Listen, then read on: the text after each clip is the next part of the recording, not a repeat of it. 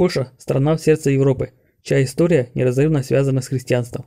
В этом видео мы рассмотрим, как вера поляков помогла сформировать и сохранить национальную идентичность, и какие уроки может извлечь современный мир из тысячелетней истории польского христианства. Термины «Польша» и «поляки» впервые появляются в средневековых хрониках конца X века. Оно относилось к славянскому племени поляне, базировавшемуся вокруг укрепленного поселения Гнезна.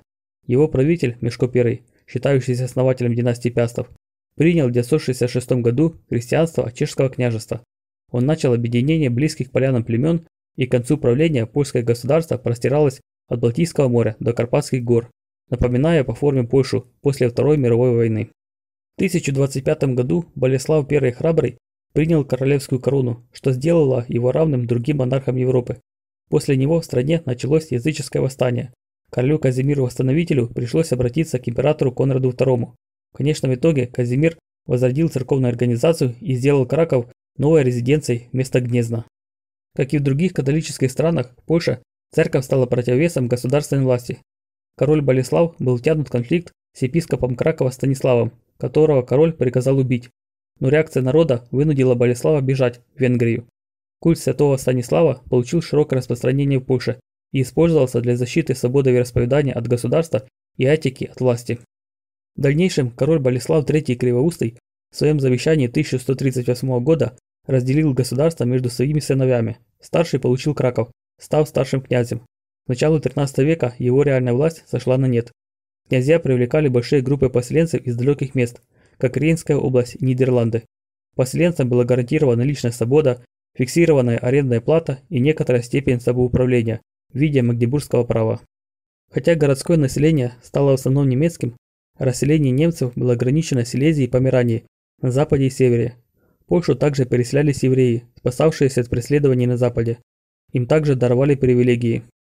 Церковным в XII веке и светским землевладельцам в XIII веке удалось получить освобождение своих поместий от налогов, услуг и юридической юрисдикции государства. Церковь была главным поборником образования и искусства. Появились соборные и позднее приходские школы. В XI веке прибыли первые религиозные ордена. Проникли романская, а затем и готическая архитектура. Различные князья и ветви династии Пястов преследовали свои корыстные интересы и еще больше разделили свои земли. На севере язычники с Пруссией атаковали польскую Мазовию, поэтому в 1226 году правитель Мазовии призвал Тевтонский орден. В 1241 году Польша пережила катастрофическое монгольско-татарское нашествие. Чешский король извлек выгоду из хаоса. Силезия перешла под чешскую корону, а тевтонские рыцари захватили польский берег Балтики. Казимир III Великий признал территориальные потери, взамен он приобрел большую часть Галицкого княжества, отняв его из-под сферы влияния Золотой Орды. Его правление было периодом расцвета государства. Он основал в 1364 году университет в Кракове, ввел новую валюту – краковский грош. В связи с новой волной еврейских мигрантов расширил их привилегии. Польша стала домом для крупнейшего еврейского населения в христианском мире. Не забудьте подписаться, пишите комментарии, ставьте лайки. Казимир стал последним из династии Пястов. Он назначил преемником своего племянника, правителя Венгрии. Новый король, желая обеспечить наследование польской короны для одной из своих дочерей, расширил привилегии польскому дворянству. Став сильнее, феодалы выбрали королеве Ядвиге в качестве мужа великого князя литовского Ягайла. Этот знаменательный акт открыл новую главу в истории Польши, связав относительно небольшое королевство с огромной и неоднородной Литвой. Важную роль в расчетах играла угроза, которую представляли тевтонские рыцари как для Польши, так и для Литвы.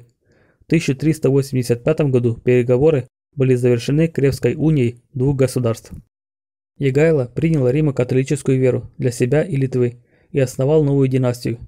Ядвига позже была причислена к лику блаженных. Польский пример шляхетских привилегий начал влиять и на внутреннее развитие Литвы, находившейся под властью магнатов. Их шляхта, завидуя положению своих польских коллег, выступила за более тесное сотрудничество. В 1410 году польско-литовское государство и союзники разбило Тевтонский орден в битве под Грюнвальдом. После победы над Тевтонским орденом угроза пропала и интеграция с Литвой прекратилась. Польская толерантность проявилась на Вселенском соборе в Констанце 1414 года. Поляки симпатизировали Яну Гусу, осужденному собором как еретик, и оказывали сдержанную поддержку его последователям, гуситам. К XV веку Польша стала значимым фактором в международных отношениях. Начался ее золотой век. Городские жители в самой Польше составляли около 20% населения, примерно средний показатель по Европе. В 1454 году мятежные прусские города и дворянство обратилось к королю Казимиру за защитой. Тевтонская аристократия завидовала польской шляхте, которая все больше превращала страну в республику аристократии. Начавшаяся война закончилась присоединением части территорий к Польше, другие остались за рыцарями, хотя и в качестве польского вассала. Зависимость короля от дворянских наборов во время войны позволила шляхте извлечь новые уступки. Позже Конституция Нихильновы 1505 года предусматривала, что ни один новый закон не может быть принят без согласия Сейма. Один из сыновей короля Польши Казимира был избран на престол Богемии в 1471 году и Венгрии в 1490 году. Возник блок Ягеллонов, но его эффективность была низка. 4 страны имели разные интересы и проблемы. Ягеллоновый блок исчез, когда ягеллонский король Венгрии и Богемии погиб в Махаче, сражаясь с турками. С началом реформации, благодаря польской веротерпимости, правитель Тевтонского ордена секуляризировал его, став лютеранином, оставаясь вассалом короля Польши. С началом Ливонской войны Литва начала искать углубление союза с Польшей. Ее шляхта также хотела получить привилегии польской шляхты. Люблинская уния 1569 года создала федеративное государство двух наций, совместно избираемым общим королем, великим князем и законодательным органом, но с отдельными территориями, законами, администрацией, казной и армией. Территории современной Украины были отделены от Литвы и включены в состав Польши. Объединенная Польша и Литва превратилась в восточный форпост западного мира. Как католического, так и протестантского. В 1573 году шляхта заключила Варшавский договор, который предусматривал сохранение религиозной терпимости.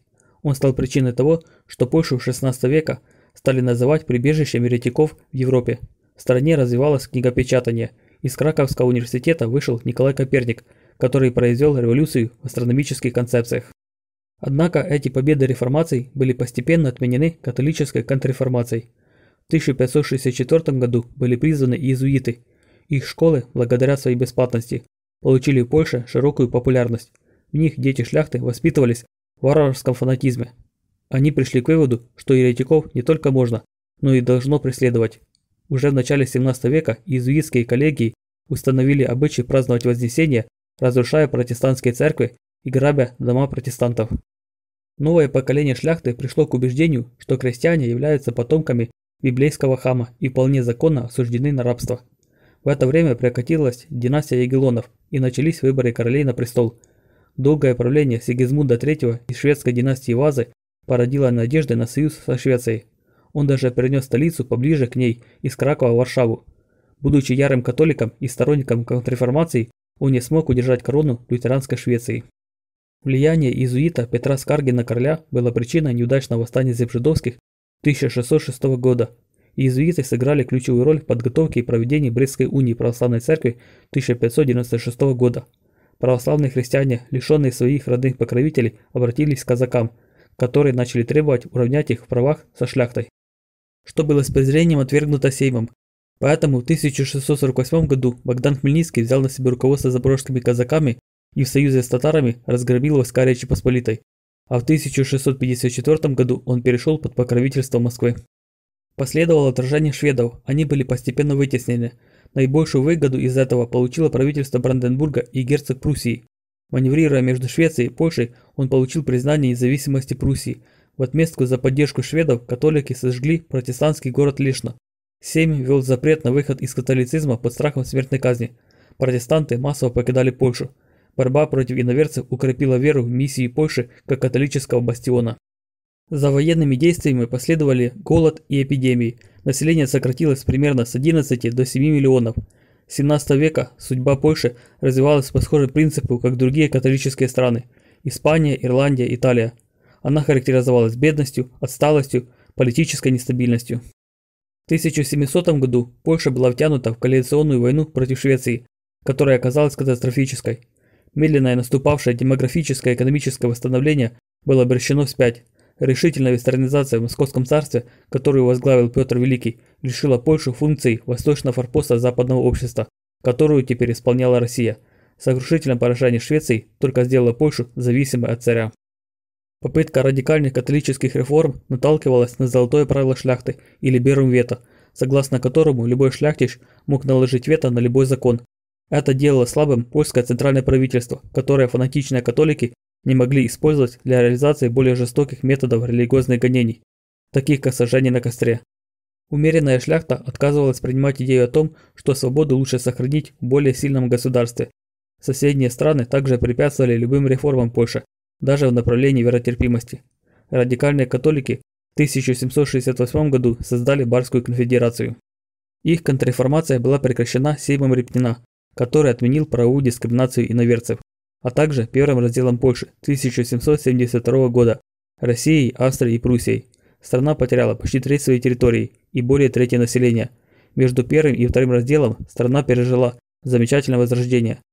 Распуск ордена иезуитов в 1773 году позволил полностью реорганизовать польскую образовательную систему. Под влиянием французской революции польские власти приняли новую конституцию. Либерум вето было отменено, как и дискриминация по религиозному принципу. В ответ Екатерина Великая приказала своим армиям вторгнуться в Польшу. Это закончилось вторым разделом в 1793 году.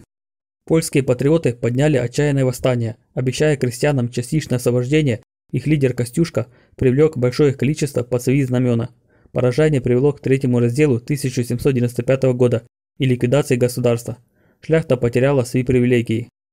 Но сами они продолжили существовать, и даже в 1858 году около 63% всех дворян России были польскими шляхтичами. Сегодня раздел Польши воспринимается как несправедливость, но народы тогда вовсе не спрашивали, под чьим владычеством они хотели бы жить. В XVIII веке не было ни немецкого, ни польского национализма. Политика была уделом императоров и королей. Для миллионов поляков, которых присоединила к себе Пруссия, жизнь была не хуже, чем прежде, скорее лучше. Не было никаких помыслов о германизации, которая началась гораздо позже, во время Бисмарка. На место польского крепостного права заступила более мягкая прусская форма крепостного права. Для польской знати были открыты должности прусских чиновников и офицеров, и многие стали не только лояльными, но и значительными прусаками. Польским эмигрантам удалось убедить Наполеона Бонапарта создать вспомогательные польские легионы. Им также после поражения Пруссии было создано небольшое государство, названное Варшавским герцогством. Удвоившись в размерах после победоносной войны с Австрией в 1809 году, оно имело в своих границах Варшаву, Краков и Познань. Победа антинаполеоновской коалиции привела к новому переписыванию карты Европы на Венском конгрессе. Большая часть герцогства Варшавского отошла царю Александру под названием Королевства Польского. В течение XIX века было много неудачных восстаний. Первые из них были по сути восстанием шляхты, часто к ним присоединялись евреи. Начиная с январского восстания 1863 года, в нем больше, чем ранее, приняли участие широкие массы, включая крестьянство. Чтобы привлечь на свою сторону крестьян и наказать польскую аристократию, царское правительство отменило крепостное право на территории русской Польши. Шляхта утратила свое прежнее влияние, и понятие «поляк» стало ассоциироваться с широкими слоями общества. Поляки лучше всего жили в многонациональной католической Австрии. С началом Первой мировой войны шляхтич Юзеф Пилсудский стал командиром бригады, сражавшейся на стороне Австрии. В 1917 году он был заключен в тюрьму Германии. С окончанием войны Пилсудский, освобожденный немецкими революционерами, вернулся в Варшаву. Антанта поддерживала восстановление Польши. Пилсудский оставался главой государства и главнокомандующим. Он подписал военный союз с украинским лидером Симоном Петлюрой перед угрозой большевиков. Для Польши и Антанты религиозные преследования в Советской России, хотя и обсуждаемые, не были основной причиной их противостояния с большевиками-атеистами. Целью польско-украинского договора было создание независимой Украины и независимой Польши в союзе, напоминающей некогда существовавший в рамках Речи Посполитой. Наступление Красной Армии отбросило поляков к окраинам Варшавы, но контратака Пилсудского, названная «Чудом на Висле», спасла страну от катастрофы. В компромиссном мире большевики отказались от своих планов, но полякам пришлось отказаться от идеи создания федерации. В новой Польской республике была принята новая конституция, которая не предусматривала шляхетских привилегий, равных всех религий с признанием ведущего положения католической церкви. 1 сентября 1939 года Гитлер, заручившись пактом о ненападении Молотова-Риббентропа, начал полномасштабную атаку на Польшу. Вскоре Советский Союз поддержал и напал с востока. Во время оккупации нацистский Холокост унес жизни около 3 миллионов польских евреев, а коммунистические власти только в Катынском лесу расстреляли более 4000 захваченных в плен польских офицеров. С 1939 года польское подполье, одно из крупнейших в оккупированной Европе, сопротивлялась нацистам посредством настоящего секретного государства и армии Краевой, лояльной польскому правительству в изгнании. Церковные иерархии были связующим звеном между сопротивлением и правительством в изгнании. При отступлении немцев армия Краева восстала в Варшаве. Повстанцы сражались в одиночку в течение 63 дней, потому что Советы не только остановили собственное наступление, но и отказались разрешить самолетам союзников помочь пополнить запасы восставших. Холокост вместе с изгнанием нескольких миллионов немцев и перемещением населения Советского Союза оставил Польшу практически однородной по своему этническому составу. Страна не получила фактической независимости и была насильно включена коммунистами в организацию Варшавского договора. Изменения в католической церкви в ходе Второго Ватиканского собора привел к изменениям и в польском народе. В 1978 году избрание архиепископа Кракова папой Иоанном Павлом II дало полякам новое вдохновение. Началась забастовка, из которой возник почти 10-миллионный или треть населения независимый самоуправляемый профсоюз «Солидарность», который правительство было вынуждено признать. Его лидер Лех Валенса, будучи электриком по профессии, стал символом борьбы за демократию и социальные права. Это была беспрецедентная революция рабочего класса, направленная против социалистического государства, пример для других народов советского блока. Забастовки в Польше 1988 года привели коммунистический режим к осознанию, что широкие реформы неизбежны и что возрожденная солидарность должна стать их частью. Переговоры за круглым столом под эгидой церкви кардинала Юзефа Глемпа привели к переговорной революции. Солидарность была восстановлена и приняла участие в частично свободных выборах в июне 1989 года, которые принесли ей убедительную победу. Это дало пример для других стран Восточной Европы и начало там волны революций. Польша и другие страны провозгласили независимость и вышли с организацией Варшавского договора.